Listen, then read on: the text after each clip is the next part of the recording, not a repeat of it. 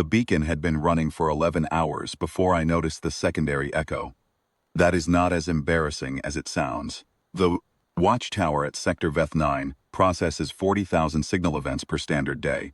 Thermal noise from the gas belt, navigation pings from colony traffic, the occasional prayer hymn bleed from the devotion fleet 3 sectors over. Most of it is garbage. Most of it I filter before it reaches my board. But the secondary echo sat in a frequency range I had never seen used, tight band just below the emergency spectrum, and it was regular, too regular for noise. It pulsed every 91 seconds with the exact timing of our distress beacon. Our beacon, the colony ship Marin's Reach, had launched 11 hours ago. I pulled up the routing log. The beacon had done exactly what it was designed to do. It had fired toward the devotion relay at the edge of our sector, channel our ancestors used when they still believed their prayers could be heard at interstellar distances. In 900 years, nothing had ever answered from that direction. In 900 years, we had aimed our fear and our hope into that particular silence and received nothing back, and we had come to regard the prayer frequency as a formality, the way you observe a ceremony whose meaning has long since bleached away. The secondary echo was not coming from the devotion relay. It was coming from the wrong direction entirely. I ran the triangulation twice. The signal was originating from a point approximately 4 light minutes sunward, at bearing 27 Mark 9, which was not where any of our infrastructure lived. There was nothing at bearing 27 Mark 9. There had never been anything at bearing 27 Mark 9. I checked the sector archive, the transit registry, the dormant object catalog going back to my grandfather's tenure at this console. Then I found the footnote.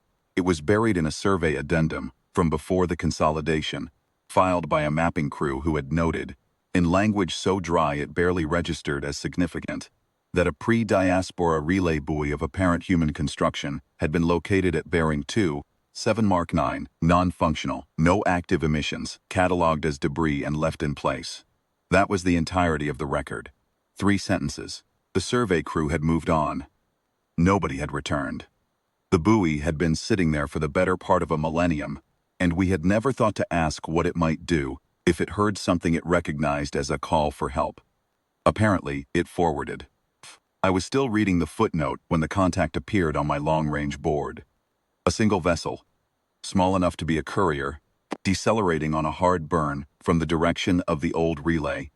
It was moving with the particular efficiency of a ship that had been in transit for some time and was now arriving precisely on schedule, which was the detail that unsettled me most, because it implied the ship had not scrambled when it received the forwarded signal. It had not rushed.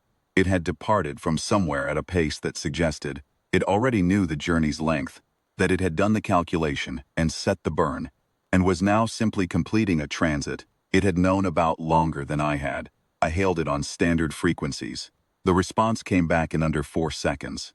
Sector Veth-9 Watchtower, this is the Envoy vessel Constant Regard, out of Earth's 7th diplomatic reach. We received a forwarded mutual aid beacon via the old perimeter relay at bearing 27 Mark 9. Please confirm you are the originating colony and provide current status of the vessel in distress. I sat with that for a moment. The voice was unhurried. It had the register of a person completing paperwork, not of a person surprised to find themselves in an unfamiliar sector, talking to a species they had not expected to contact today. I pulled up the Marin's Reach situation in my secondary display so I could answer accurately. Drive failure on the colony ship, 230 crew and passengers, no casualties. Holding position on reserve power, repair beyond the colony's current material capability, estimated hull integrity at 71 hours. I relayed all of it. The Constant Regards officer said, "Understood. I'm transmitting our mutual aid registry entry now. Your colony has been on the 7th Reach's distribution roster since the perimeter relay was logged as active infrastructure, which our records show as 904 years ago. The relay was flagged to forward any colonial distress signals on the old prayer band to the nearest available diplomatic reach vessel. Today, that is us." She paused, and I heard the sound of something being read. "I should note," she continued, "that the treaty the relay activated is a pre-diaspora instrument. It predates your colony's current governance charter by a considerable margin. We are not here to impose terms. We are here because the beacon reached us, and because the treaty says we come when it does. Our engineer crew is prepped for a drive repair assist. Estimated docking with your distressed vessel in approximately 6 hours. Do you have docking specifications for the Marin's Reach class? I gave her the specifications, she said. Good. We'll need a local relay coordinate for clearance through your traffic lanes. I gave her that too. And then, because I did not know what else to say, I said, we did not aim the beacon at Earth. The devotion relay was meant to receive it. We were not expecting a response from this direction. There was a brief pause. Not an awkward one. The pause a professional makes when they are deciding whether to say more than the situation requires. The relay was built to listen, she said finally. It did its job, we're doing ours. That was the whole of it. No ceremony, no demand. No lecture about the terms, or the history, or the 900 years of unanswered prayer that had preceded this particular morning. She cut back to a working channel, and I could hear, faintly, the background noise of her crew preparing for a precision docking, the way a team does when the job is simply. The job and the strangeness of how they arrived at it is not a thing they dwell on. File ticks, the contact report. I updated the traffic lane clearance. I forwarded the constant regards approach vector to the Marin's Reach, with a note to their captain that help was inbound, that it had come from an unexpected direction, and that the docking team would need the forward port specifications. The Marin's Reach captain replied within 2 minutes. His message said only, understood. Forward port is clear. Thank them for us. I passed that along.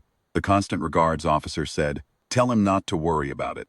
Repair took 19 hours. The constant regards crew was thorough in the way of people who do this regularly, carry the parts most likely to be needed, and who do not ask to be compensated before they begin.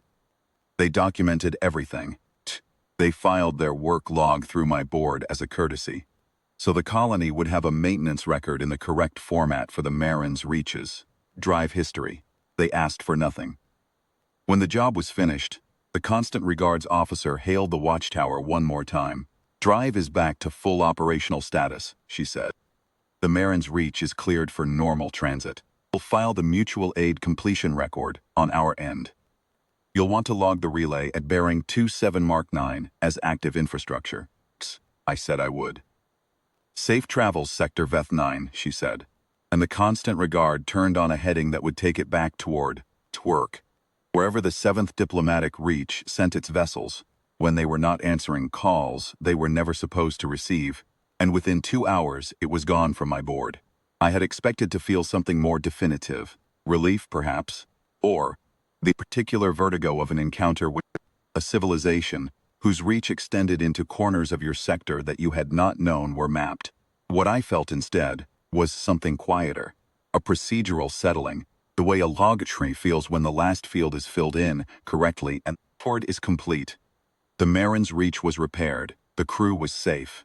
The entity responsible for that outcome had asked for nothing and explained, nothing beyond what the job required, and that restraint struck me, in retrospect, as the strangest and most deliberate thing about the entire encounter.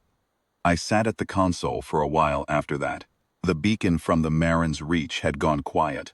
The prayer frequency band had returned to its ordinary silence. Bearing 27, Mark 9 showed nothing on my board, but the faint thermal signature of a very old buoy that had been waiting, for 904 years, for someone to need it. I filed one more entry in the sector log before I handed off to the next watch.